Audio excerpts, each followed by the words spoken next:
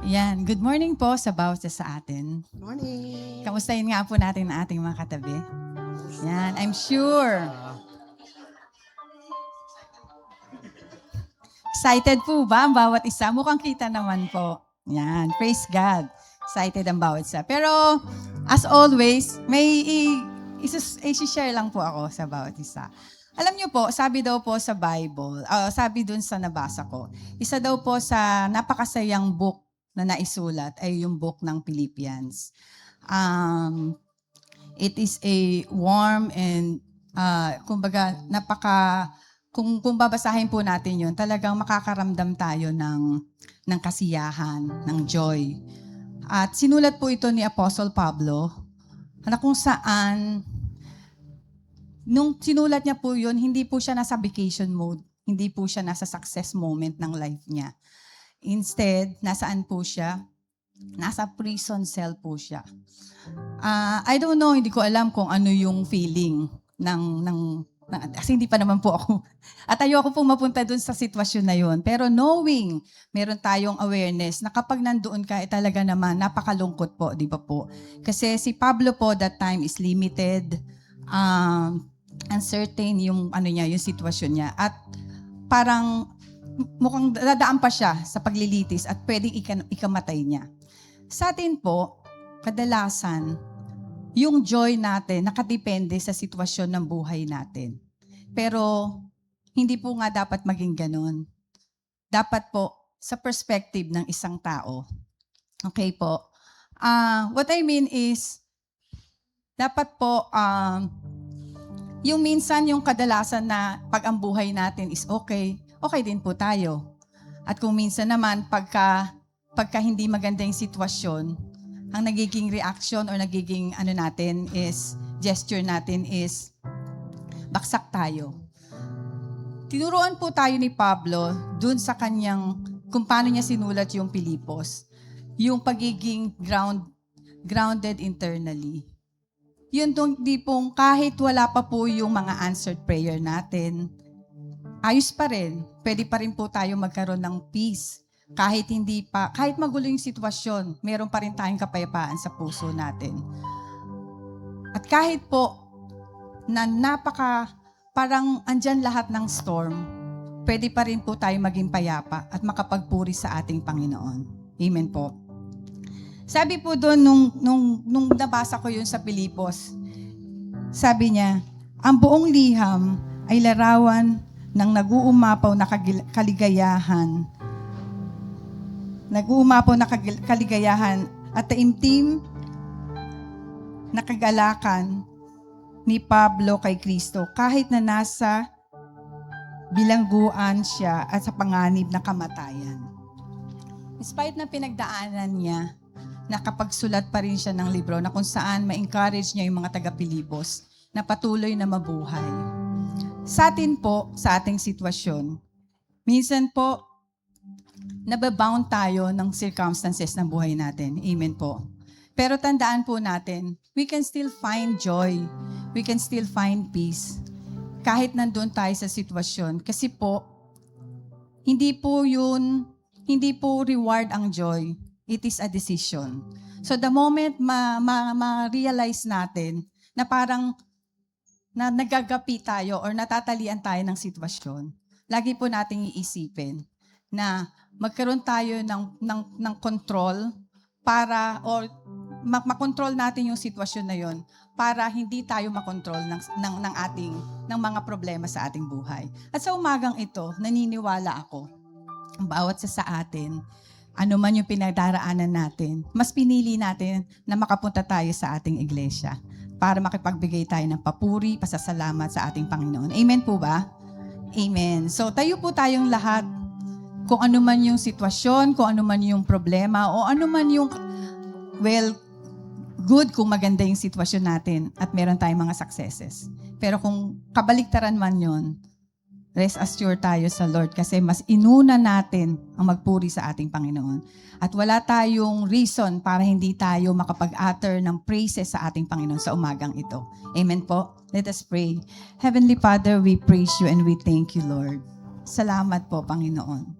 Dahil patuloy mo kaming tinuturuan kung paano kami maging grateful enough sa lahat ng kabutihan mo, sa lahat ng ginagawa mo sa buhay namin. Salamat sa buhay ni Pablo, Panginoon, na bagamat hindi kagandahan yung sitwasyon niya, nakuha niya pa rin magsulat at mag-encourage ang mga taga-Pilipos. At kahit ngayon, Lord God, sa amin niya rin to sinasabi, na maging grateful kami, maging calm kami, maging joyful kami, Panginoon, sa bawat sitwasyon ng buhay namin. At kapag naranasan namin, Lord, yung inner joy, yung inner happiness na nagmumula sa iyo, freely, may bibigay namin yung pasasalamat namin sa iyo. Kahit anumang sitwasyon, lagi kami makakapagpuri sa iyo. Makakapagbigay kami ng praises sa iyo dahil deserve mo ang lahat ng ito. And once again, as we gather, Panginoon, help us to do it, Panginoon. Mapapurihan ka namin sa spirito at sa katotohanan. Makita mo yung laman ng puso namin na nag-uumapaw, na nagpapasalamat. Tanging sa iyo lamang po, Panginoong Jesus. Hallelujah. Hallelujah. We praise you, Jesus. We give you the highest praise you deserve, for you are worthy of it, O God. Hallelujah.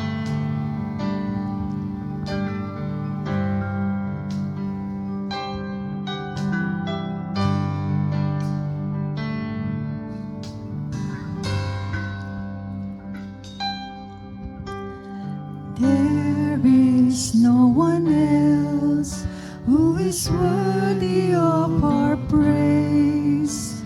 To worship you is our desire. There is nothing else, Lord, that we would rather do than worship you with hearts on fire.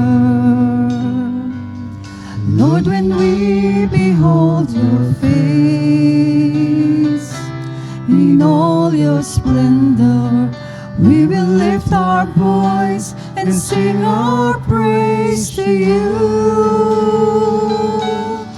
Lord, we will worship you now and forever. Now and forever we'll sing your praise. Lord, we will worship you now and forever. Now and forever we'll sing your praise.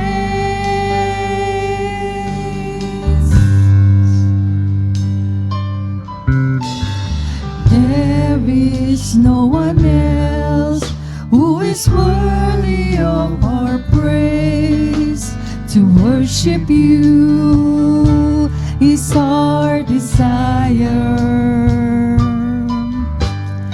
There is nothing else, Lord, that we would rather do than to worship you with hearts on fire.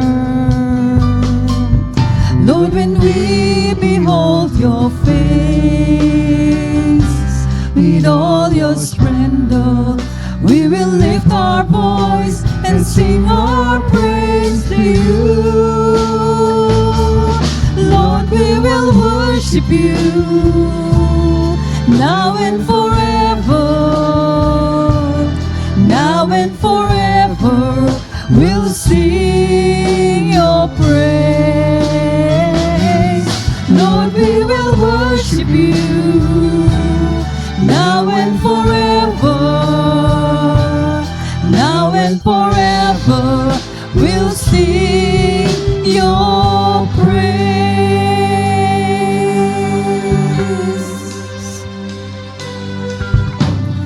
There is nothing else, Lord, that I desire to do than to lift my hands in adoration.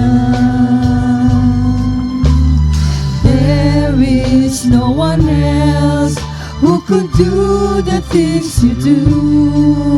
Lord, you are to me my my soul's salvation. Lord, when we behold your face, with all your splendor, we will lift our voice and sing our praise to you. Yes, O Lord. Lord, we will worship you now and forever. Now and forever, we'll sing your praise. Lord, we will worship you now and forever. Now and forever, we'll sing your praise. Lord, we will worship you now and forever. Now and forever, we'll sing your praise. Lord, we will worship you now and forever. Now and forever, we'll sing your. Lord, we will worship you alone. Hallelujah. Yes, oh God, you deserve our praises. We thank you, Jesus, for your gesture, for your goodness in our lives, oh God. Hallelujah to you, only you, Jesus. Lord, we will worship you now and forever. Now and forever, we'll sing your praise. Lord, we will worship you now and forever. Now and forever, we'll sing your praise. Lord, we will worship you now and forever. Now and forever, we'll sing your praise. Now and forever, we'll sing your praise. Now and forever, we'll sing your praise. Hallelujah, hallelujah. And that is what we want to do, oh God. To worship you alone, oh God. To give you the highest praise you deserve. For we are grateful for what you've done in our lives. Hallelujah. Come on, church, let us worship our God. Hallelujah. Gusto niyang marinig yung papuri, yung pasasalamat natin sa Kanya. Dahil siya ang Diyos na mabuti, Diyos na dakila, Diyos na dapat natin kilalanin sa ating mga buhay. Hallelujah. Hallelujah. We praise you, Jesus. We are grateful unto you, God. Hallelujah. Hallelujah. Thank you, God. We praise you, Lord. Lord, we will worship you now and forever. Now and forever, we'll sing your praise. Lord, we will worship you now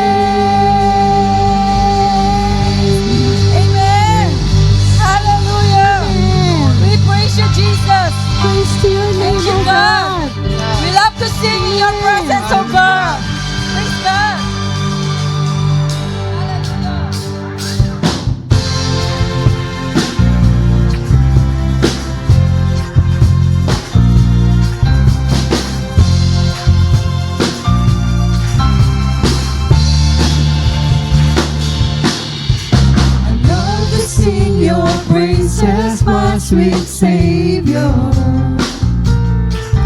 and remind my heart of what you've done for me.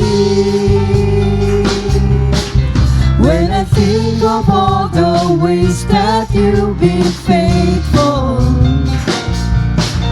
I rejoice to know that's how you'll always be.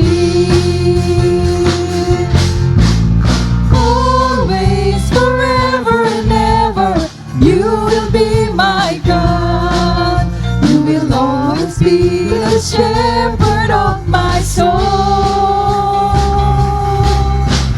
Always, forever and ever, you will be my God. You will always be the same, and forever you will reign. I will live to praise your name always. Amen.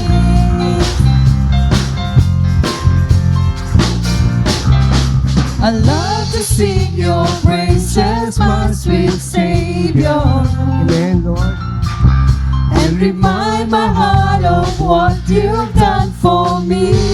Thank you, God.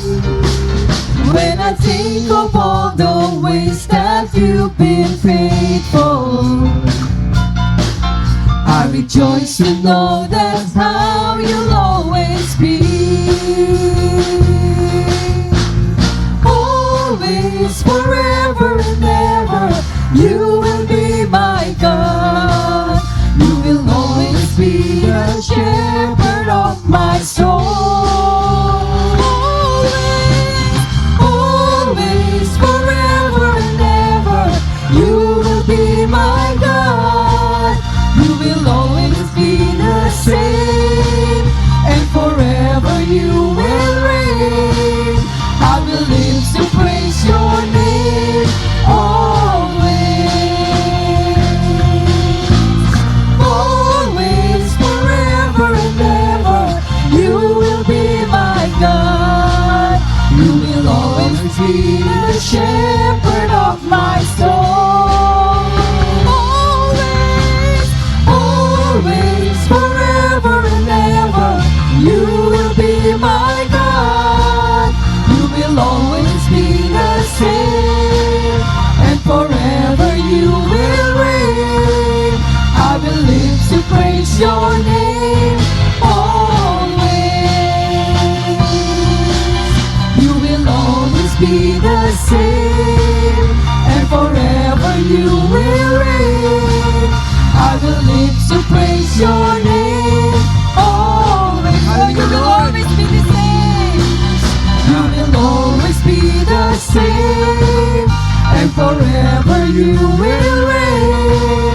I will live to praise your name always. Amen! Hallelujah! Lahat po ng papuri, pagdakila at pagluwalhati ay maingat naming binabalik. Tanging sa iyo lamang po aming Panginoong Jesus. At lahat po tayo magsasabi ng Amen. Amen. Praise God.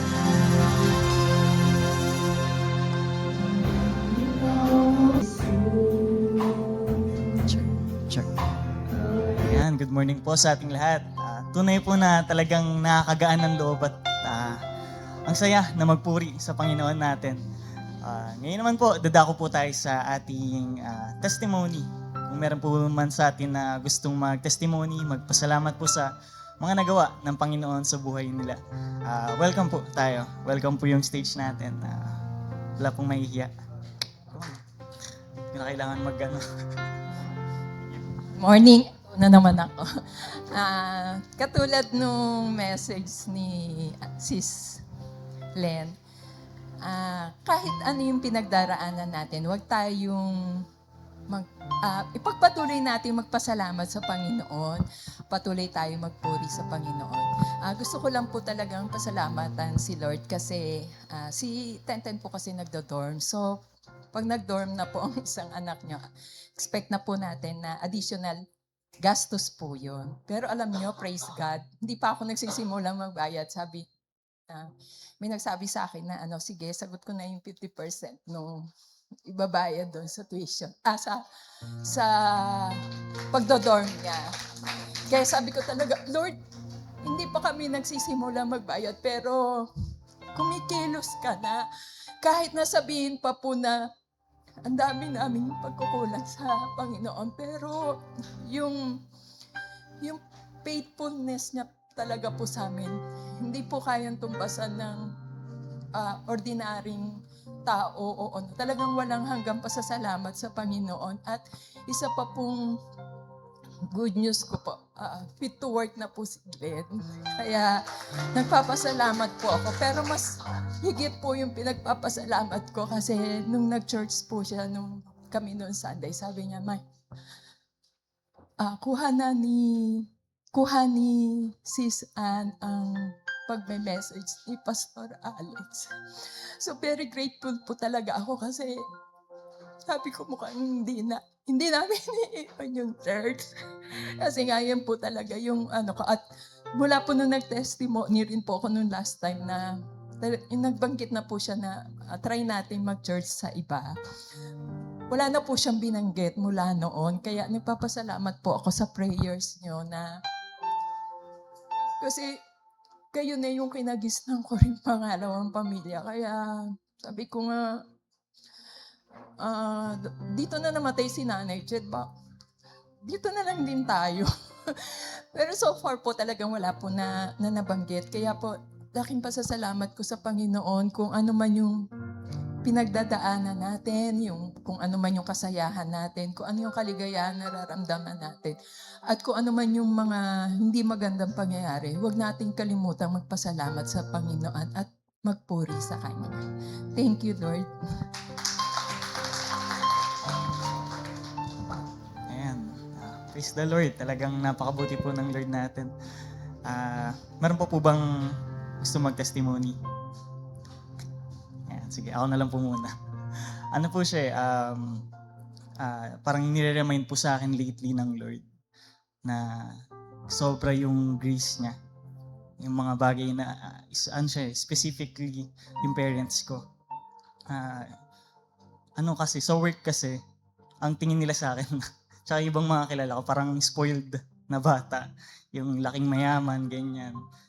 Hindi sila naniniwala na parang hindi sila naniniwala na dumating din kami sa time na talagang naghihirap kami. Na talagang dumating yung point na tubig tsaka asin yung inuulam namin. And na-realize ko na sobra yung blessing ng Lord sa parents ko. Sobrang swerte ko sa parents ko na si Papa mula simple na worker, nakayod niya kami hanggang sa ngayon. Kasi ibang bansa na siya. Talagang kitang-kita sa gawa ng Lord kung paano binless sila, binigyan ng strength, binigyan ng wisdom para mapalaki kami ng ayos, binigyan ng financial provisions para masustain kami. And hindi lang masustain but also maangat kami. Kaya ngayon sobrang thankful ako sa parents ko. Sobrang thankful sa Lord na binigay niya na yung mga parents ko yung binigay niya sa akin.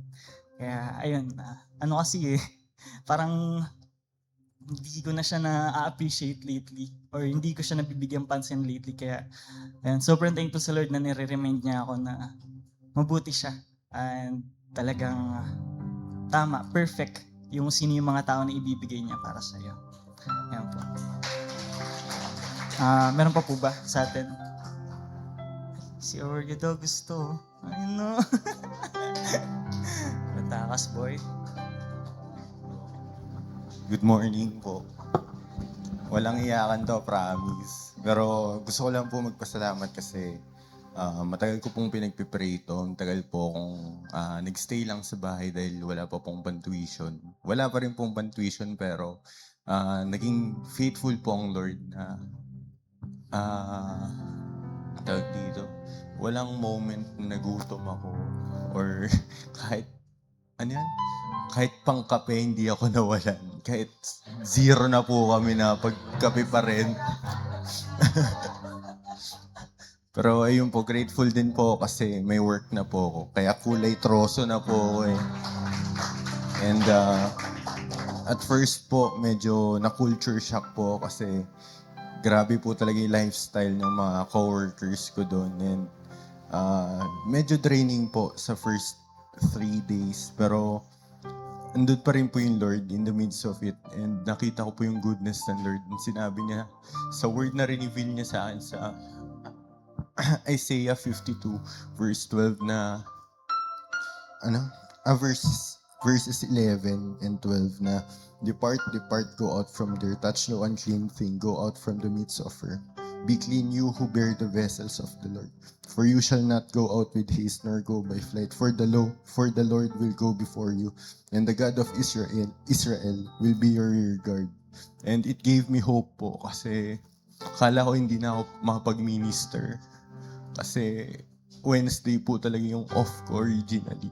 And actually today po parang blessing lang din. Wala din po talaga dapat ako kasi may work. Eh nasira po yung tricycle. Buti na lang nasira yung tricycle. Kaya nakatayo po and makatugtog. And yun po, sobrang grateful po ako kasi grabe din yung ginagawa ng Lord sa life ko. Pinapakita niya yung hands niya in every ways na ginagawa niya. Truly na I will make rivers of water sa dry lands. And patuloy pong pinapakita ng Lord sa akin. And sa mga past job ko po, medyo nararanasan ko na po yung i-look down ng tao, so especially sa work. Ang baba po ng tingin ng tao sa mga nagko-construction, sa mga nagko-courier. Pero it truly is humbling. And dinesire ko rin po na maranasan yun para, Lord, tanggalin mo yung yabang ko. Lord, paluhurin mo ako. Lord, help me to embrace yung humility, oh Lord. And yung modesty, Lord. Na mas maging kagaya pa kita, oh Lord. Basagin mo yung personality ko. Tear every part of me na hindi mo gusto sa akin. And yun po yung ginagawa ng Lord. Kaya nagpupurik papasalamat po ako sa Panginoon sa goodness and faithfulness niya sa buhay. Yun lang po. Maraming salamat po.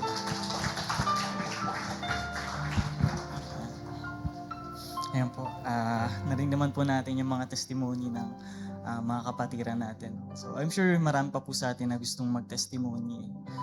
And ano lang po, next time. Ano po, yun po, sure ako marami sa ating may blessing throughout this whole week, throughout our whole lives. Gusto nating ma-share. And hopefully, sa next po ng mga prayer gathering natin is makapag-share po tayo. Ngayon po, dadakong po muna tayo sa ating word or exhortation po na dadalhin po sa atin ng pinaka-poging nag-iisa. Si JR po.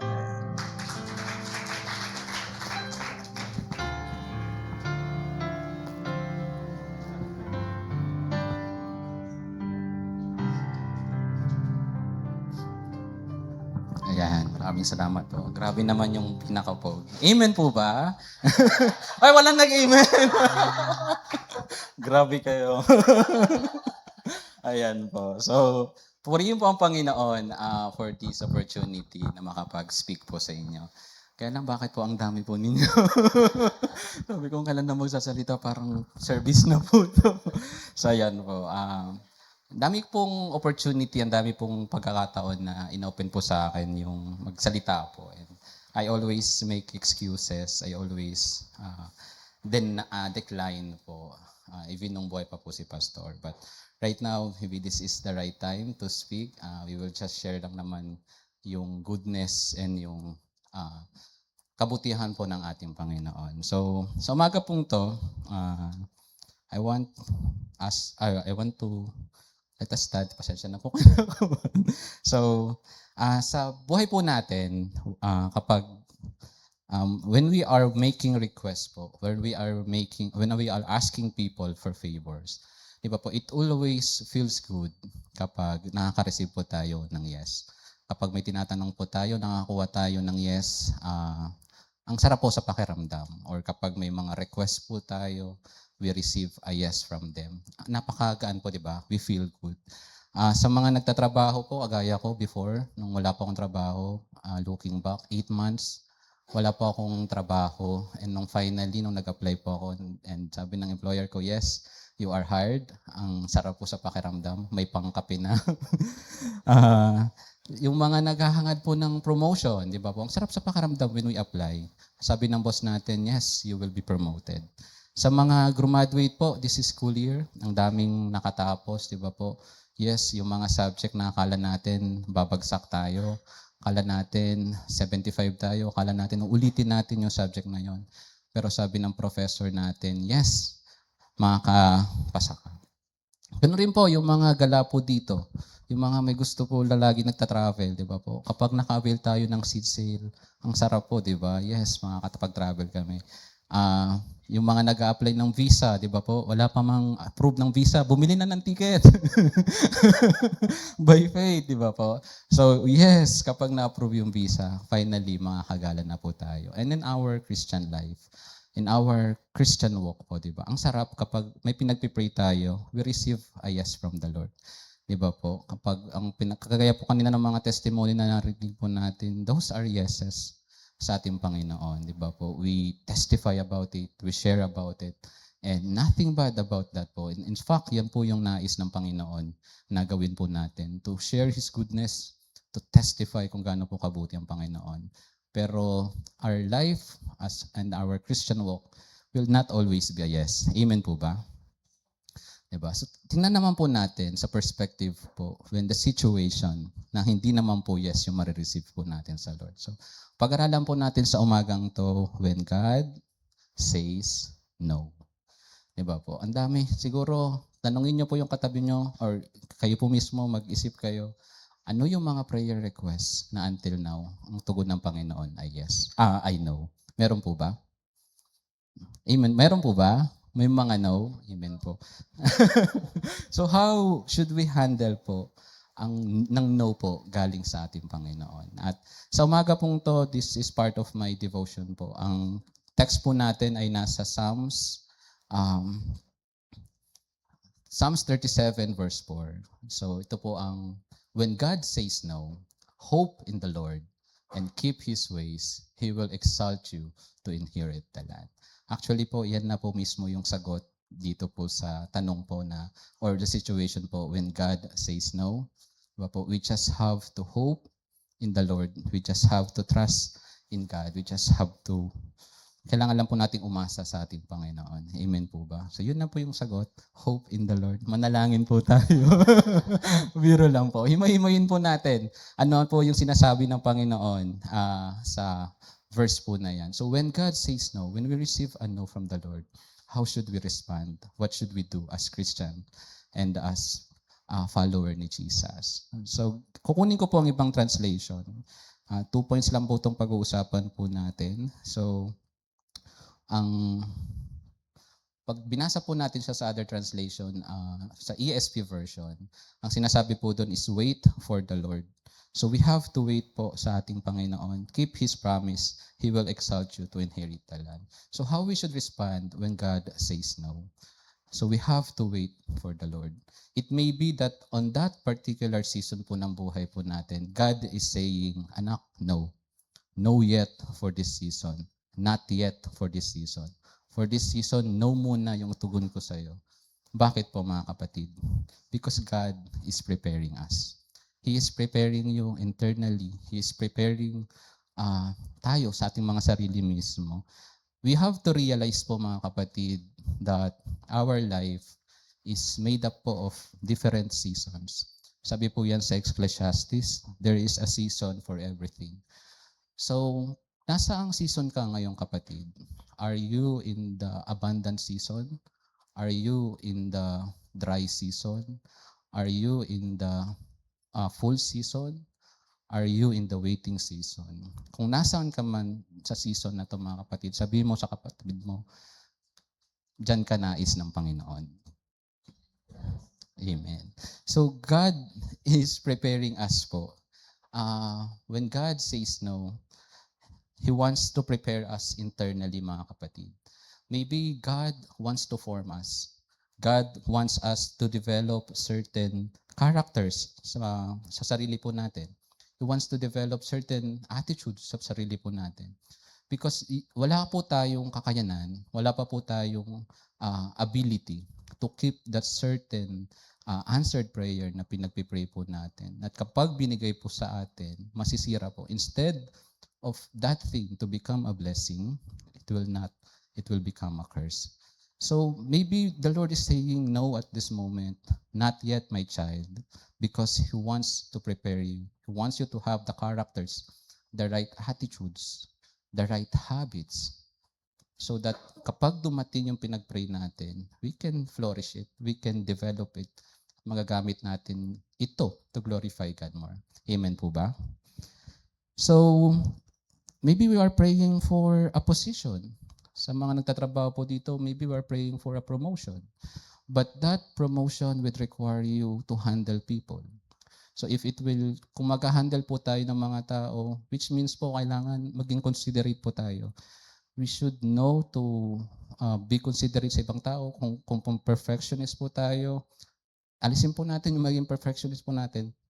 Want ng Lord na kung yung promotion na yun is ibibigay niya sa iyo, you are ready. You have the capacity to handle it. Sa mga nais pong mag-business, di ba po? Baka during nung wala ka pang business, hindi ka na magkaunda-ugaga sa time mo and you're praying for a business. At kung pag binigay ba ng Panginoon yung business na yon, will you have the ability para mas ma-manage pa yung time mo? Or yung kakapiranggot na time mo sa Panginoon is mawawala pa? So maybe God is telling my child, again, wait. Wala ka pa ng mga characters na nais ko. And sa mga nais magkaroon ng girlfriend, amen? Sa mga nais magkaroon ng relationship, ng partner, di ba po? We want someone in our life, pero tayo mismo, emotionally, hindi pa tayo ready. Masyado pa tayong immature. Di ba? Masyado pa tayong toyoin, masyado pa tayong self-centered. And if we are asking for a partner, di ba? Dadagdag lang yon para mas maging komplikado yung buhay niyo. Amen? Amen po ba sa mga sim? So, ayan po. So, kumbaga po, God is preparing us to be spiritually ready po. Di ba po, during your single years, wala ka nang time sa Panginoon. What more kapag may ka-relationship? Nakita ko lang po sa Facebook, sabi doon, hiwalay na tayo, love. 3 hours tayo magkausap. 5 minutes lang kayo magkausap ng Lord. Pray tayo lagi, love. So, totoo po yun, di ba? When we are in a relationship and we add someone, it might jeopardize pa po kung ano yung kapiranggot na ibibigay po natin sa Panginoon. So mga kapatid, the Lord wants us to form the character po mga kapatid. Or maaring the Lord is pruning us internally. Ano po yung mga bagay na pinapalit go ng Panginoon sa atin? Baka we keep asking, Lord, gusto ko ng ganito. Lord, I want this. Pero mga kapatid, you're holding onto something na nais ng pabitawan ng Lord. Paano niya ibibigay yung bagay na yon if you will not let go? Kaya po, ang want ng Panginoon is to remove anuman po. Baka God is asking us to surrender something. Diba po? And instead of us asking and questioning the Lord, Kuya JR, ang tagal ko na nagpipray. 10 years ko na nagpipray ito. Faithful pa ba ang Panginoon? Tapat pa ba ang Panginoon? Maybe we should stop questioning. Maybe we should stop doubting yung characters ng Lord. Maybe we should start assessing ourselves. Lord, will I be a good steward kapag binigay mo sa akin yung prayer request na to? And ang isa pa po sa dapat mong itanong, Lord, anong character, anong habit yung nais pong ma-develop sa akin? At mga kapatid, and I know, and ako rin po nanggaling din po doon, parang ang tagal na naghihintay. And step by step, little by little, it affects our relationship sa ating Panginoon. How po? Kasi you start doubting God. Diba po? And that small doubt, kapag treasure mo sa heart mo, it will grow. And unknowingly, malayo ka na sa Panginoon. Malayo ka na sa Panginoon because you nurture yung doubt. Instead na mag-wait ka po sa Panginoon, you choose to doubt Him. Kaya po mga kapatid, isa rin po sa nais na ipangako sa atin ng Panginoon, kung sino man sa atin ang currently still nasa waiting season, still nasa paghihintay sa ating Panginoon. Sabi po sa Isaiah 60:22, at the right time po, I, the Lord your God, will make it happen. At the right time, it will happen. Sabi po doon, kung papansinin niyo pong mayroong I, the Lord, hindi po sinabing I, Mylene, I, JR. At ang sinabi po, I, the Lord. Ibang translation pa nga po, may tagad. Kasi po gustong ipakita dito that it's the sovereign will of the Lord yung masusunod. Hindi po yung will po natin. And that's the problem with us most of the time. We want to act like God. We want God to fit in dun sa timeline natin. And we become impatient kapag hindi nag-fit si Lord dun sa timeline natin. Di ba po? By age 20, dapat graduate na ako. Age 25, dapat may asawa na ako. By age, may bahay muna pala muna ako. Tapos by age 30, doon ako mag-aasawa. By age 50, naakyat ko na yung Mount Everest. So yun po, di ba po? We have different timelines po sa buhay po natin. And that different timelines po, kapag hindi doon nag-fit in ang Panginoon, we feel bad, di ba po? Marang sinisira ng Lord yung plano ko sa buhay ko. But we have to remember who is the God ng buhay po natin. Hindi po masamang magplano. We should plan our lives. Nasa Bible po yan. But we should include God doon po sa mga plano na yan. So if in any case that you are on your waiting season, if in any case na, Lord, parang di nag-fit in yung plano mo sa plano ko, mga kapatid, let's commit it sa ating Panginoon. Let's submit it sa ating Panginoon and let us follow kung ano po yung nais ng Panginoon sa buhay po natin.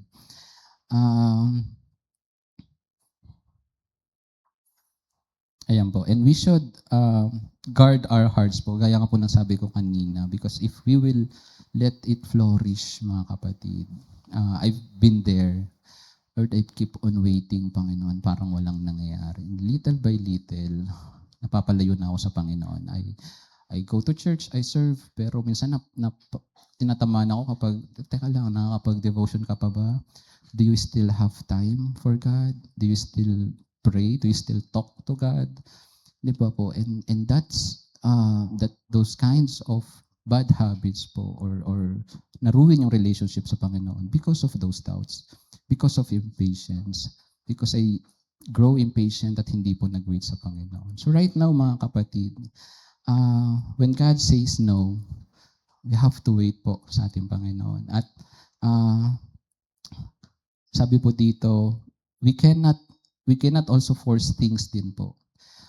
Sometimes the Lord will allow us, di ba po, sa waiting season natin, sa tagal natin naghihintay, we can grab po yung mga bagay-bagay, di ba? If you want a promotion, you can do something para makakuha po tayo ng promotion. If you want a relationship, di ba, kung sino na lang nandyan, pwede po nating i-avail.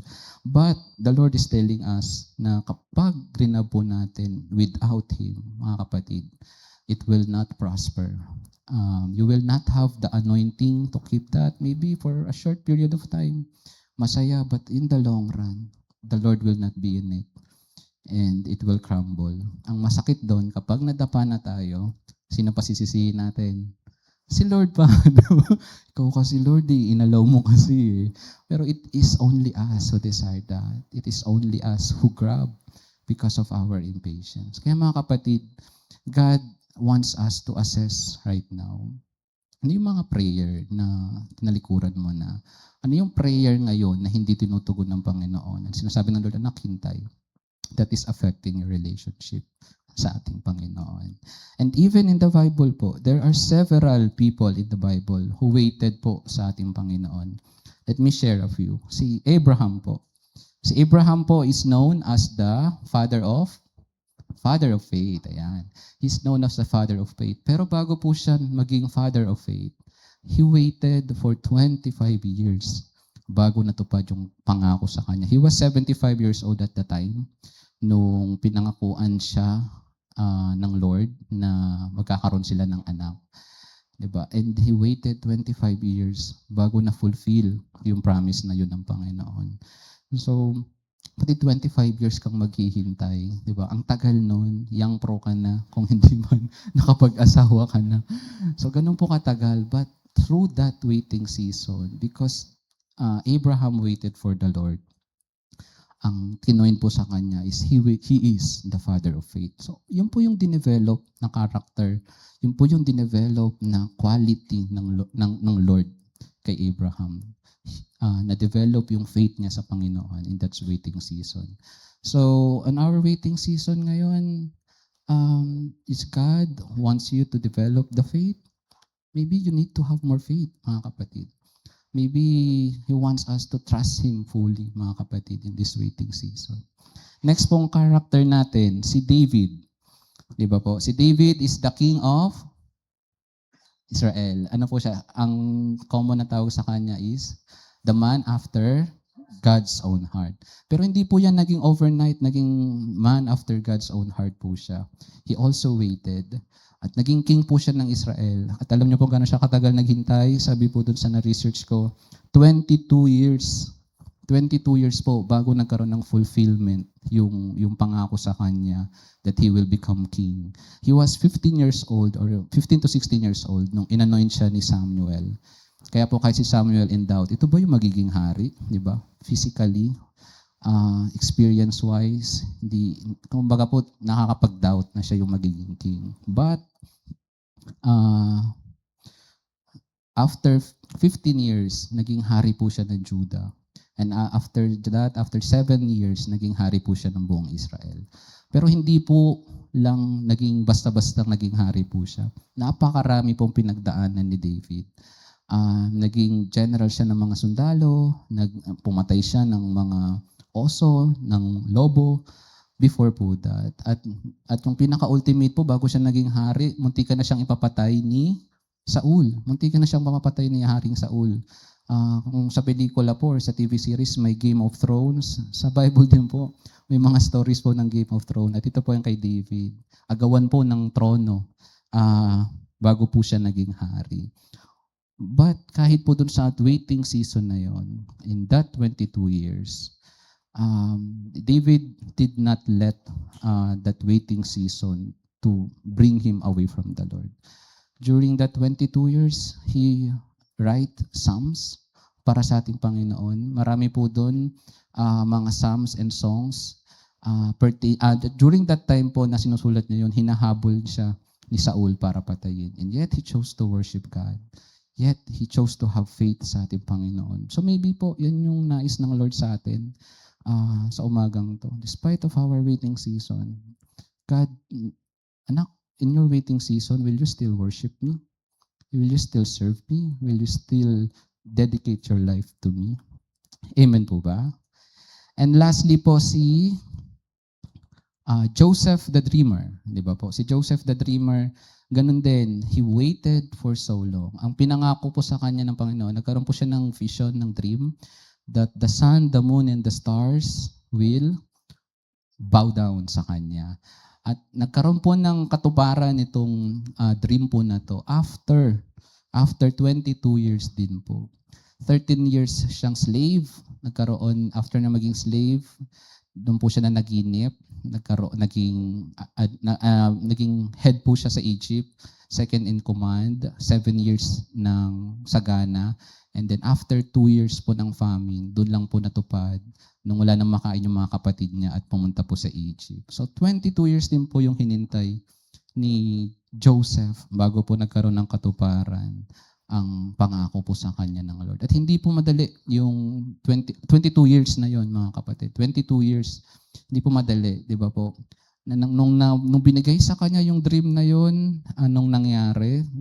Sinabi niya sa mga kapatid niya, ilang araw nakaraan, di ba? Hindi siya naging nasa mataas na posisyon. Nasa ilalim po siya ng balon. Di ba po?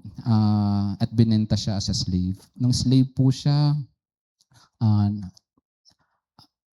yung asawa ni Potiphar, di ba po? Gusto siyang i-tempt, but he remained faithful. He kept the way of the Lord and he remained faithful. Maybe po, that's what God wants us to have on this waiting season po.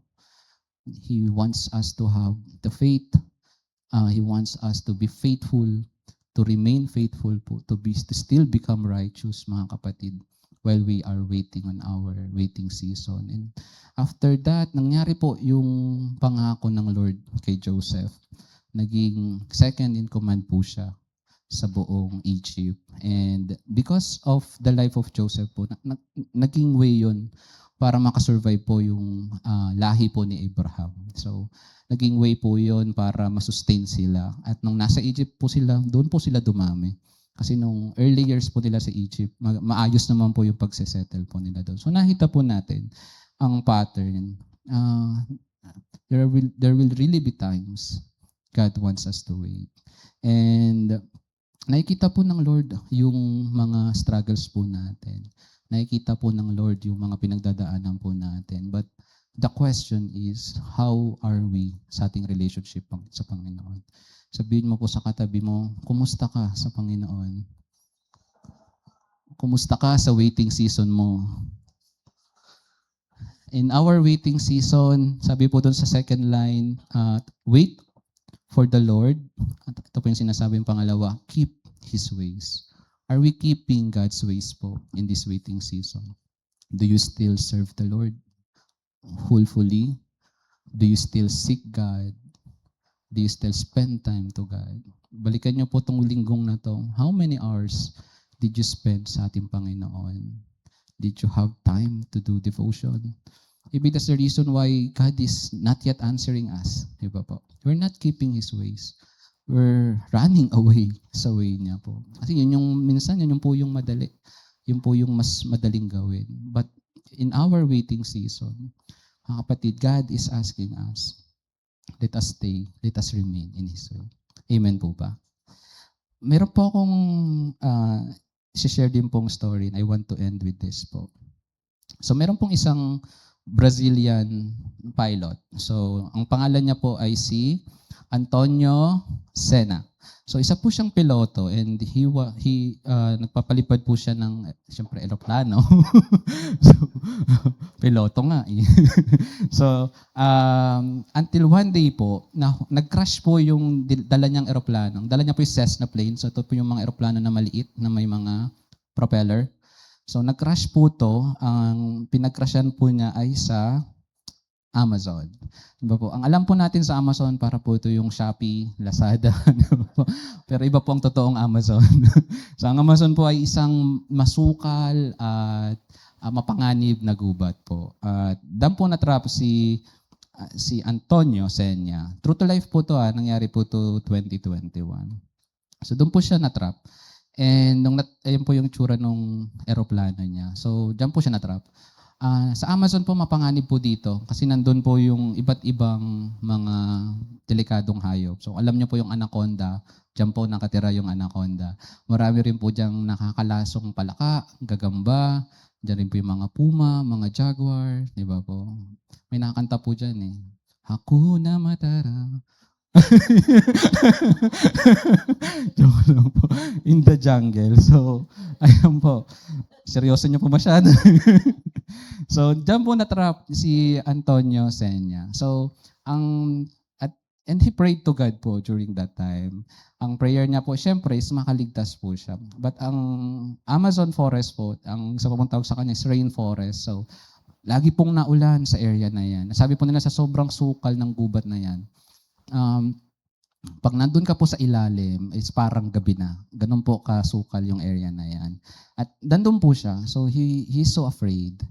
And nagpray po siya sa Lord na maligtas siya. Ngayon po, he needs to survive. Siyempre po, survival Amazon, hindi survival Philippines. Survival Amazon po yung setup niya. So limited yung gamit niya. So ang best way ng survival sa kanya is to have a fire. Diba po? Kasi kung mayroong apoy, protection yun sa mga insekto, madali rin pong pangtaboy sa mga hayop. And syempre po dahil maulan, malamig po doon sa area.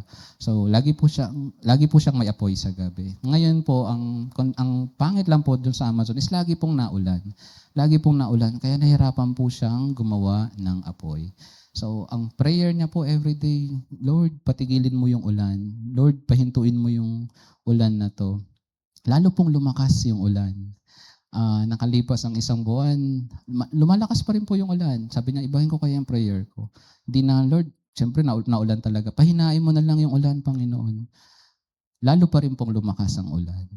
At mas nahirapan po siyang gumawa ng apoy. And nagda-doubt na po siya sa ating Panginoon. Sabi niya, kinalimutan na ako ng Lord. Hindi niya makita ang Lord during that situation. Naging desperate na rin po siya. Especially isolated ka po, mag-isa ka lang. Sabi niya, hindi naman siya pinapakinggan ng Lord sa prayer niya. Until the 36th day, ito na nga. Meron siyang nakitang mga tao. Ayan po. Mukha po ba silang rescuer? Hindi po, di ba? So sila po ay mga local doon sa Amazon. So napatakbo po si Antonio sa kanila. So syempre po maganda, nakaligtas po siya kumbaga. So lumapit po siya doon sa mga tao na yan. Sabi niya, nagtanong siya, nandito ba kayo para iligtas ako? Sabi ng mga tao, hindi. Nandito kami para mamulot ng chestnuts or ng kastanyas. Yan po yung naamoy natin sa SM pag nasa labas. Di ba po? Ang bango. So namumulot po sila ng kastanyas kasi mahal nga po. So namumulot po sila doon dyan po sa Amazon.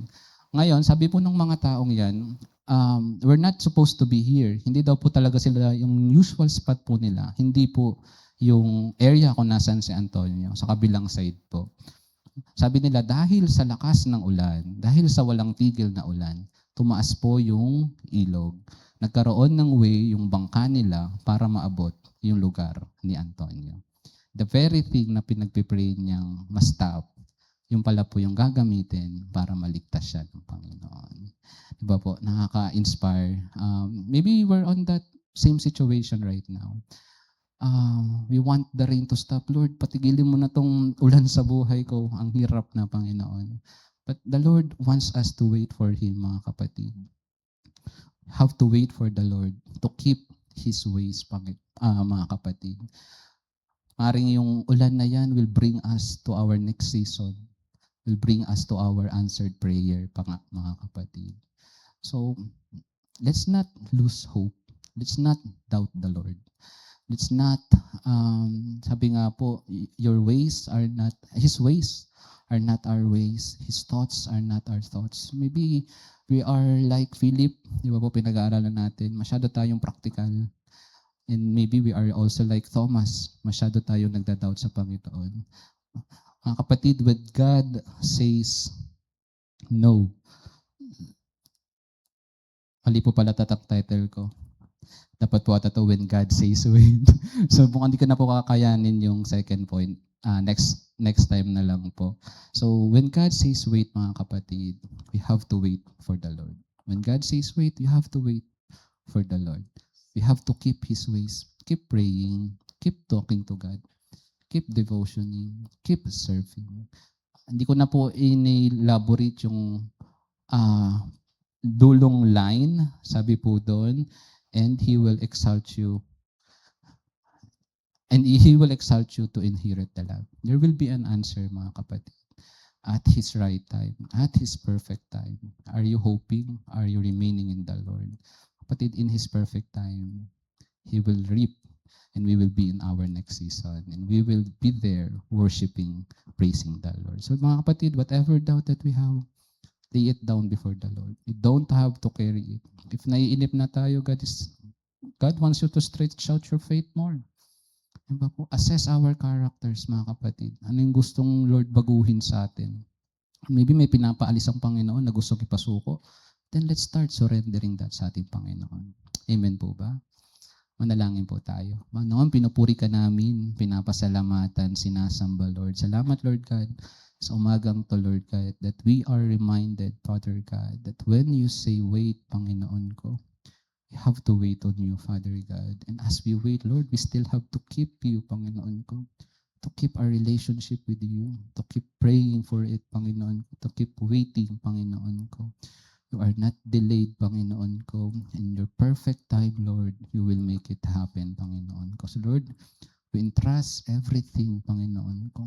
Sorry for the times, Lord, that we become too practical, for the times that we doubted you, Panginoon ko. We want to reconcile with you, Lord, to reconnect with you, Father God. Patawad po sa mga pagkakataon that we turned our back, Panginoon ko, because we become impatient, Lord God. Forgive us, Lord. We go back to you, Panginoon ko. Restore in us your promises, Panginoon ko.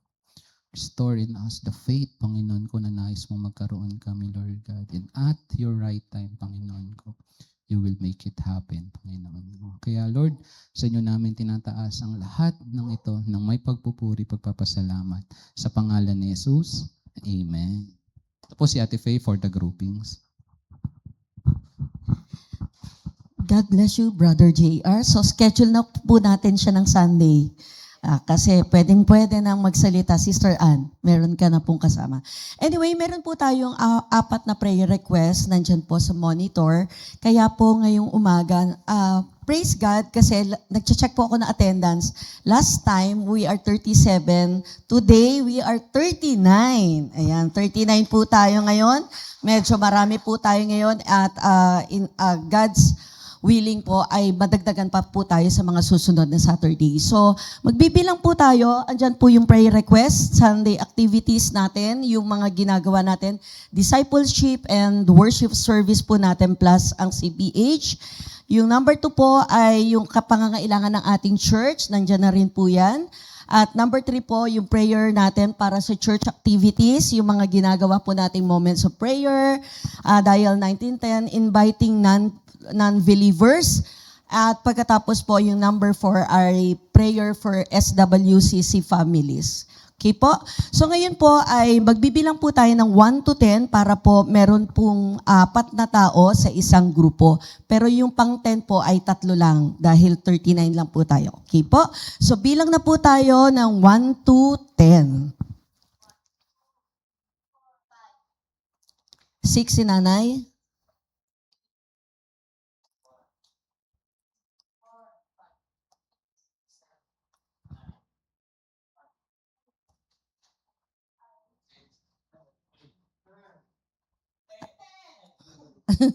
Ten. Next po.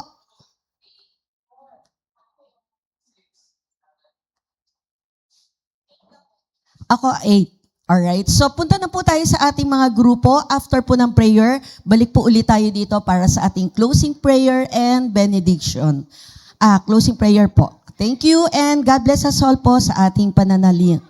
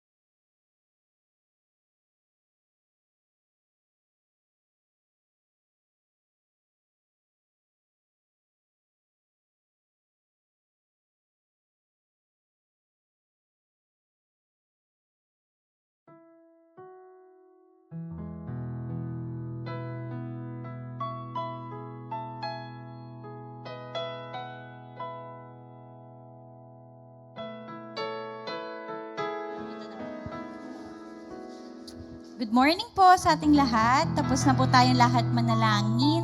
So, praise God po. Nadidiscover po natin yung may mga pagkatawag ng Panginoon sa pagsasalita sa atin, di ba? Yan. Napagpala naman po lahat dun sa narinig nating mensahe ng Panginoon. So, alam po natin na marami talagang nire-raise up ang Lord. Baka nasa waiting season pa kasi, no? kaya in God's time. Pero salamat po kay Brother JR na kinatok na ng Lord. Sige po, tayo po tayong lahat para i-close po ang ating gawain. Yan.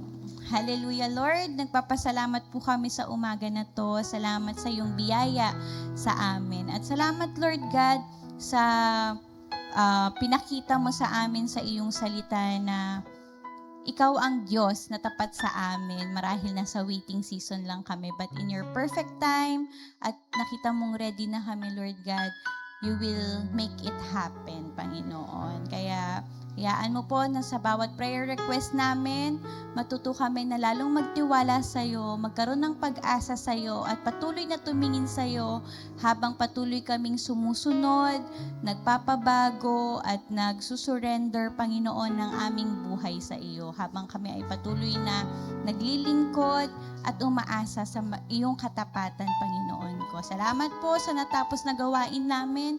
Nililift po namin, Lord God, ang lahat ng aming ipinanalangin sa umaga na to sa iyong pangalan. At ngayon pa lang, Lord God, teach our hearts to wait on your answers. Teach our hearts, Panginoon, to surrender everything to you. Pagpalain mo rin po ang magiging rehearsal ng tech group at ng worship team mamaya at ang iba pa pong activities na mangyayari sa araw na to. Patuloy niyo pong isustain ang bawat isa sa amin. Patuloy niyo kaming ingatan, Panginoon, sa aming mga pag-uwi at sa iba pa naming lalakarin, O Diyos. At patuloy na magliwanag ang iyong salita. Magliwanag ka sa buhay ng bawat isa and send us out, Lord God, with the guidance of your Holy Spirit. In Jesus' mighty name we pray. Amen.